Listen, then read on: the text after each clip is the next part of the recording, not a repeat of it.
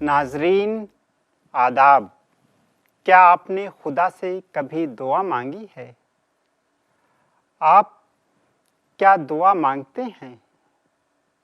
कभी आपने सोचा है कि दुआ क्यों मांगते हैं? हर कोई अपनी ज़रूरतों और सोच के हिसाब से दुआ मांगता है। अगर कोई शायर हो तो वो क्या दुआ मांगता होगा, क्योंकि उसका तसव्वुर तो बहुत बुलंद होता है। आज हम एक शायर की दुआ के बारे में बात करेंगे। ये वो ज़माना था जब अभी कुछ अरसे पहले ही हमारे मुल्क को आज़ादी मिली थी, तो ऐसे में वो शायर अपने मुल्क के लिए दुआ मांगता है कि आज़ादी के बाद हमारा मुल्क कैसा होना चाहिए, उसकी क्या क्या खूबियाँ होनी चाहिए। तो आइए पढ़ते हैं शायर की वही दुआ। शायर का नाम है मोहम्मद शफ़ीउद्दीन नैयर। सबक का नाम है दुआ। खुदाया हम तेरे दरबार में एक अर्ज़ लाए हैं। खुदाया हम तेरे दरबार में एक अर्ज़ लाए हैं। ये अपने सर तेरी सरकार में हमने झुकाए हैं। गुज़ारे ज़िंदगी अब कौम अपनी इन फ़ज़ाओं में, मसर्रत नाचती हो रात दिन जिनकी हवाओं में। जहाँ खुददार और बेखौफ हों छोटे बड़े सारे, सदा खुल्क व अख़ुवत के चमकते हों जहाँ तारे। जहाँ हर शख्स हो हमदर्द और गमख्वार दुनिया का, जहाँ फैला हुआ हो इल्म फ़न का हर तरफ चर्चा। जहाँ हर काम में तकमील हो पेशे नज़र सबके, जहाँ बंदे न हों अफराद नफ़रत और तासुब के। जहाँ के लोग दूर अज़ कार रस्मों के नक़ाइल हों, जहाँ पर लोग दिल से खिदमत इंसान पे माइल हों। अमल में रास्ती हो सिद्क़ हो उनकी ज़ुबानों पर, तवाना हो मगर आफत न ढाएं ना तवानों पर। बराबर हो जहाँ हर एक अदना हो के आला हो, जहाँ इंसाफ का और अदल ही का बोल बाला हो। तो अभी हमने ये नज़्म सुनी। अब इसमें कुछ नए अल्फाज आए हैं जो हो सकता है कुछ लोगों को ना मालूम हो, तो उन अल्फाज को समझ लेते हैं। पहला लफ्ज़ आया है खुददार, ये कहते हैं गैरतमंद को। एक लफ्ज़ आया है खुल्क, यानी अच्छी आदत वाला। एक लफ्ज़ आया है अख़ुवत, यानी भाईचारा मोहब्बत। एक लफ्ज़ आया है गमख्वार, यानी हमदर्द दुख दर्द का शरीक। एक लफ्ज़ आया है तकमील, तकमील मतलब है पूरा करना। इसके एक मानी और ये भी हैं कि जो अंग्रेज़ी में कहते हैं ना परफेक्शनिस्ट, वो मानी है इसके। पेशे नज़र एक लफ्ज़ आया है जिसके मानी है नज़र के सामने मौजूद।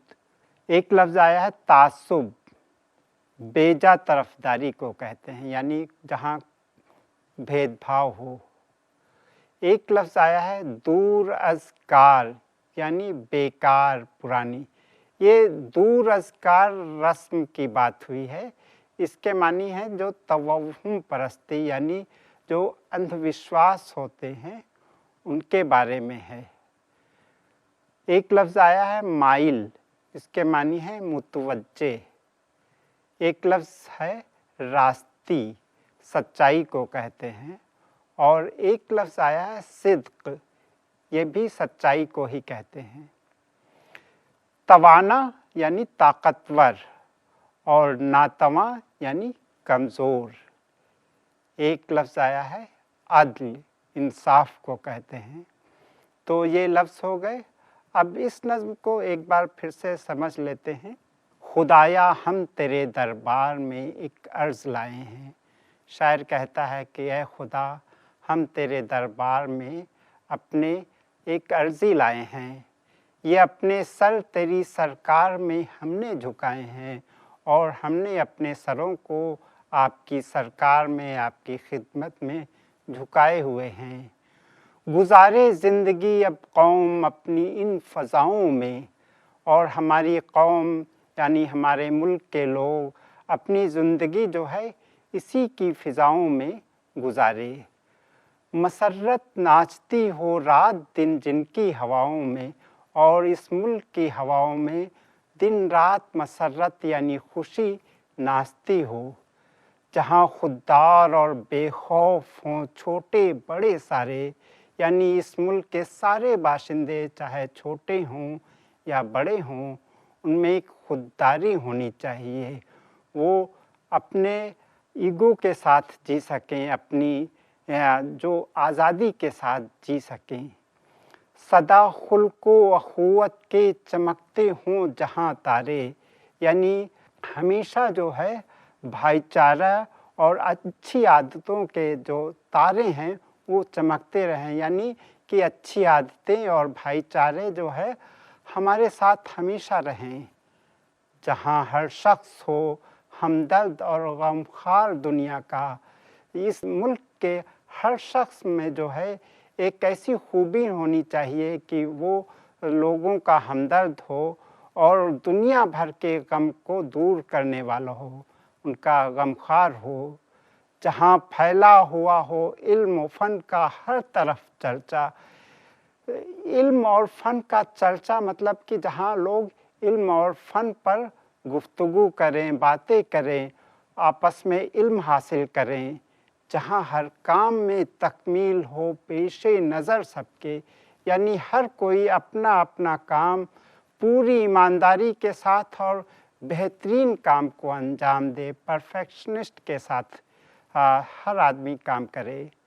جہاں بندے نہ ہوں افراد و نفرت اور تعصب کے، اور اس ملک میں ایسے لوگ ہوں جن میں نفرت نہ ہو، تعصب نہ ہو، بھید بھاؤ نہ ہو، ایسے لوگ ہوں۔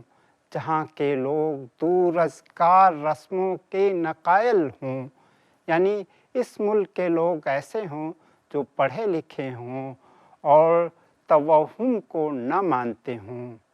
جہاں پر لوگ دل سے خدمت انصاف پہ مائل ہوں، اور ہمارے اس ملک کے سارے لوگ انسانی خدمت پر توجہ دیتے ہوں اور وہ دل سے کرتے ہوں، کسی کے کہنے پر نہیں بلکہ ان کے اندر سے یہ جذبہ اٹھتا ہو۔ عمل میں راستی ہو، صدق ہو ان کی زبانوں پر، ان کے جو اعمال ہیں، ان کے جو کام ہیں اس میں سچائی ہو اور ان کی زبانوں پر بھی سچائی ہو۔ توانا ہوں مگر آفت نہ ڈھائیں ناتوانوں پر، وہ توانا یعنی مضبوط تو ہوں لیکن ان کی یہ مضبوطی جو ہے جو کمزور ہیں ان پر آفت ڈھانے کے لیے نہیں ہونی چاہیے، بلکہ اپنے کام کو بہت اچھے سے کرنے کے لیے ہونی چاہیے۔ برابر ہوں جہاں ہر ایک ادنا ہو کہ اعلیٰ ہو۔ ہر ملک میں چھوٹے لوگ بھی ہوتے ہیں، غریب بھی ہوتے ہیں، امیر بھی ہوتے ہیں، کمزور بھی ہوتے ہیں، طاقتور بھی ہوتے ہیں، لیکن ملک میں ہر ایک کی حیثیت جو ہے برابری کی ہو، وہ اپنا معاملہ ہو، لیکن جہاں پر عدل و انصاف کی بات ہو سارے لوگ برابر ہونے چاہیے۔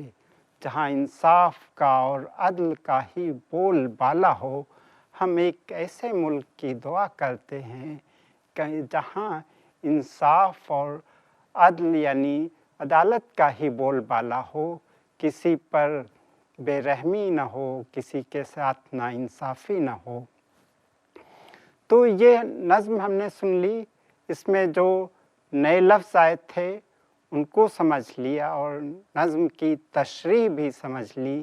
غور کرنے کی بات یہ ہے کہ یہ نظم جو ہے رویندر ناتھ ٹیگور کی کتاب گیتانجلی کی ایک بہت مشہور نظم ہے۔ اس نظم سے मुतासिर होकर लिखी गई है और वो नज़्म है Where the mind is without fear। ये एक दुआइया नज़्म है जिसमें शायर खुदा से मुखातिब है। इस नज़्म में शायर ने मिलजुल कर और प्यार मोहब्बत से रहने की दुआ मांगी है। लफ्ज़ कौम से मुराद है एक मुल्क में रहने वाले सभी लोग। हम आवाज़ अल्फाज, इस नज़्म में लफ्ज़ सदा इस्तेमाल हुआ है जिसका मतलब है हमेशा। एक लफ्ज़ सदा भी है जिसका मतलब है आवाज़।